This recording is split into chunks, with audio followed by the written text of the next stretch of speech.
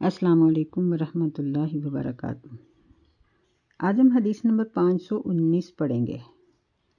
نحمدہ ونصلی علی رسولہ الکریم، اما بعد، فاعوذ باللہ من الشیطان الرجیم، بسم اللہ الرحمن الرحیم۔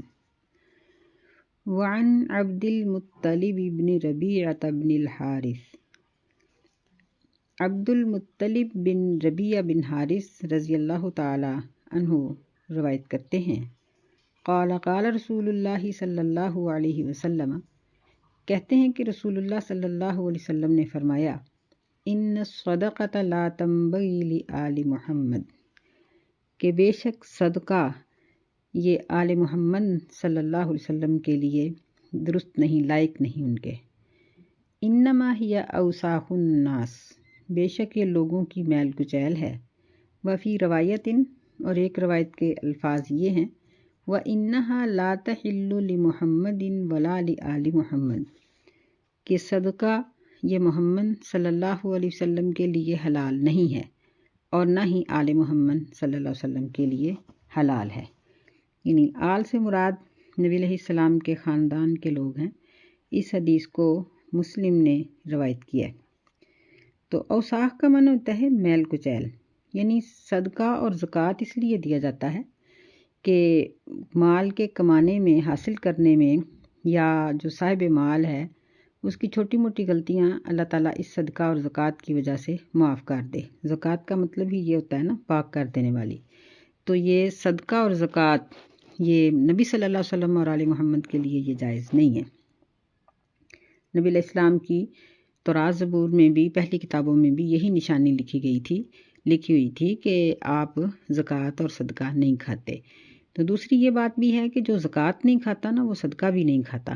صدقہ اور زکوٰۃ یہ ساری چیزیں نا برابر کی ہیں۔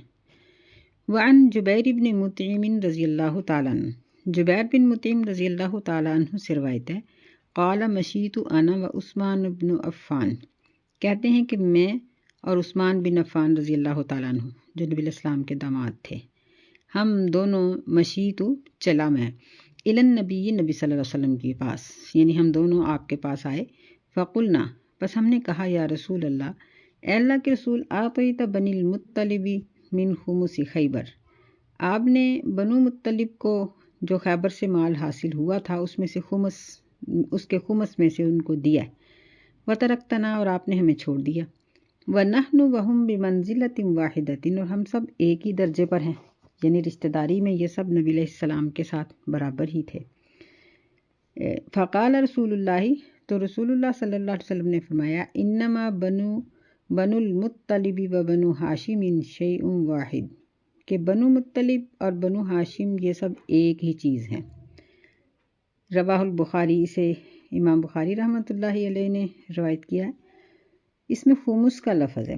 یہ مال غنیمت کی تقسیم جب ہوتی ہے تو خمس کا معنی ہوتا ہے پانچواں حصہ، یعنی اللہ تعالیٰ نے فرمایا کہ اس میں سے پانچواں حصہ اللہ اور اس کے رسول کے لیے ہے۔ تو یہ خمس تھا جو خیبر کے مال سے نبی علیہ السلام نے حاصل کیا تھا۔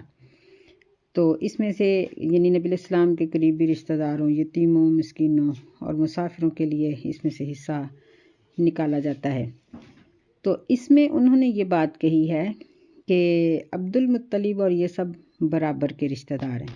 یعنی حضرت عثمان رضی اللہ تعالیٰ عنہ جو تھے یہ بنو عبد شمس بن عبد مناف سے تھے۔ اسی طرح جبیر جو تھے یہ بنو نوفل بن عبد مناف تھے۔ تو اس طرح سے یہ دونوں ہاشم بن عبد مناف کے بھائی بنتے ہیں، یعنی یہ مطلب بن عبد مناف، اسی طرح یہ یعنی عبد شمس، نوفل، مطلب اور ہاشم یہ سب کی برابر کی رشتہ داری ہے نبی صلی اللہ علیہ وسلم کے ساتھ۔ تو اس لیے انہوں نے یہ بات کہی کہ آپ نے ان کو دے دیا ہے اور ہمیں چھوڑ دیا ہے۔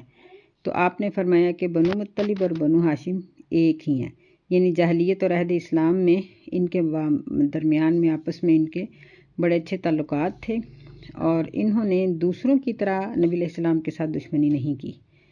تو اس وجہ سے ان کو زکوٰۃ اور یہ صدقے کے مال میں سے ان کو نہیں دیا گیا۔ تو یہاں بھی اس حدیث سے بھی یہی چیز ثابت ہوتی ہے کہ نبی صلی اللہ علیہ وسلم کا اس مال کے ساتھ کوئی تعلق نہیں تھا۔ وعن ابی رافع رضی اللہ تعالیٰ عنہ، سیدنا ابو رافع رضی اللہ عنہ سے روایت ہے ان النبی صلی اللہ علیہ وسلم بعث رجلا علی الصدقۃ من بنی مخزوم، کہ نبی صلی اللہ علیہ وسلم نے ایک آدمی کو جو بنو مخزوم میں سے تھا اس کو صدقہ کا مال حاصل کرنے کے لیے، وصولی کے لیے بھیجا۔ تو فقال علی ابی رافع، اس شخص نے ابو رافع رضی اللہ عنہ کو کہا، اس حبنی، میرے ساتھ تم بھی چلے چلو، فإنک تصیب منہا، تمہیں بھی اس میں سے اجرت مل جائے گی۔ فقال لا، ابو رافع کہنے لگے کہ نہیں، میں نہیں جاؤں گا، حتی آتی النبی صلی اللہ علیہ وسلم فأسألہ، یہاں تک کہ میں نبی صلی اللہ علیہ وسلم کے پاس آؤں اور آپ سے پوچھوں اور آپ سے اجازت لوں۔ تو پھر فأتاہ، وہ نبی صلی اللہ علیہ وسلم کے پاس آئے، فسألہ، اور انہوں نے اس کے بارے میں سوال کیا، تو آپ نے فرمایا مولی القوم من انفسہم، کسی بھی قوم کا غلام انہی میں شمار ہوتا ہے، وَإِنَّهَا لَا تَحِلُّ لَنَا الصَّدَقَةُ، اور ہمارے لیے صدقہ حلال نہیں ہے۔ یعنی ابو رافع جو تھے یہ نبی صلی اللہ علیہ وسلم کے غلام تھے،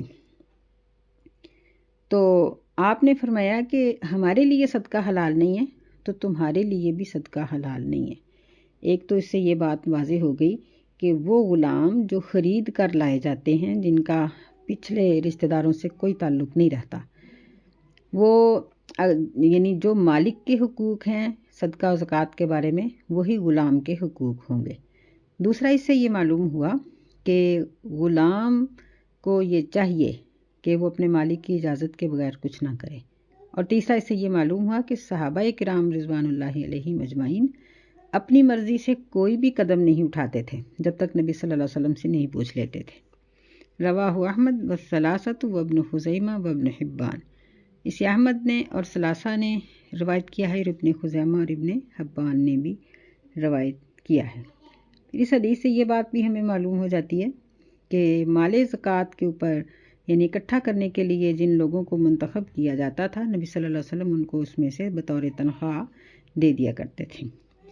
وعن سالم بن عبداللہ بن عمر، سالم بن عبداللہ بن عمر رضی اللہ عنہ بیان کرتے ہیں عن ابیہ، اپنے باپ سے، یعنی سیدنا عمر بن خطاب کے بیٹے، کہ ان رسول اللہ صلی اللہ علیہ وسلم یؤتی عمر العطا، نبی صلی اللہ علیہ وسلم سیدنا عمر رضی اللہ تعالیٰ عنہ کو کچھ دیتے، فیقولو، تو وہ کہتے کہ آتی ہی افقر منی، کہ جو مجھ سے غریب ہے اس کو دے دیں۔ فیقولو، نبی صلی اللہ علیہ وسلم فرماتے خذہ، کہ یہ لے لو، فتمولہ، اور اپنے مال میں اضافہ کر لو اس سے، او تصدق بہ، یا اس سے صدقہ کر دو، یعنی اس کو اپنے پاس رکھ لو یا آگے صدقہ کر دو۔ وما جاءک من ھذا المال، آپ نے فرمایا کہ اس مال میں سے جو چیز تمہارے پاس اس طرح سے آئے، وانت غیر مفرش، کہ تو اس کو جھانکنے والا نہیں ہے، یعنی اس کی امید نہیں ہے، اور ولا سائل، نہ ہی اس کا سوال کرنے والا ہے، فخذہ، تو اس کو لے لیا کرو، وما لا، اور جو نہ آئے، فلا تتبعہ نفسک، تو اپنا دل اس کے پیچھے نہ لگایا کرو۔ یعنی یہاں یہ بات ذکر کی گئی ہے کہ نبی صلی اللہ علیہ وسلم کو آپ نے مال زکوٰۃ کے اکٹھا کرنے کے لیے عامل بنا کے بھیجا تھا، تو جب آپ کو اجرت یا اس کا معاوضہ دینا چاہا تو آپ نے انکار کر دیا، فرمایا کہ نہیں، میں یہ اجرت نہیں لوں گا۔ تو نبی صلی اللہ علیہ وسلم نے فرمایا کہ تم جب اس کام کے لیے گئے تھے اس وقت تو تمہیں نہیں پتہ تھا کہ اجرت ملے گی، اور نہ ہی تمہیں انتظار تھا، تو جب تمہیں کوئی حرص نہیں تھی، کوئی انتظار نہیں تھا، تو اب میں تمہیں دے رہا ہوں تو اس کو لے لو۔ تو پھر نبی صلی اللہ علیہ وسلم سے سیدنا عمر رضی اللہ عنہ لے لیتے تھے۔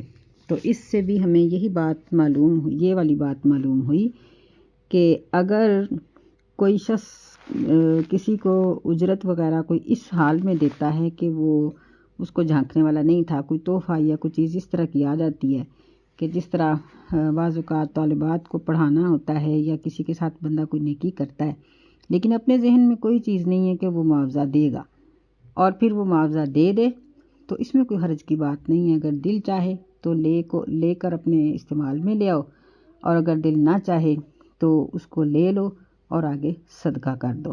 لیکن یعنی ایسی جگہوں پر یعنی انسان کو اپنے دل میں ایسے موقعوں پر حرص نہیں رکھنی چاہیے، حریص انسان اللہ تعالیٰ کو پسند نہیں ہے۔ تو یہ صدقات کے مسائل جو تھے یہ یہاں مکمل ہوئے، جس میں ہم نے یہ بات پڑھی کہ صدقہ ان لوگوں کے لیے حلال ہے جن کی زندگی کی روزی تنگ ہے، جو یعنی بالکل روٹی سے تنگ ہیں اور اپنی ضروریات زندگی بھی پوری نہیں کر سکتے، محنت کے باوجود ان کی ضروریات نہیں پوری ہوتی، یا پھر وہ کوئی بیمار ہیں یا کوئی مجبور ہیں کہ وہ محنت کر ہی نہیں سکتے، تو ایسے لوگوں کے لیے، مجبور لوگوں کے لیے صدقہ حلال ہے۔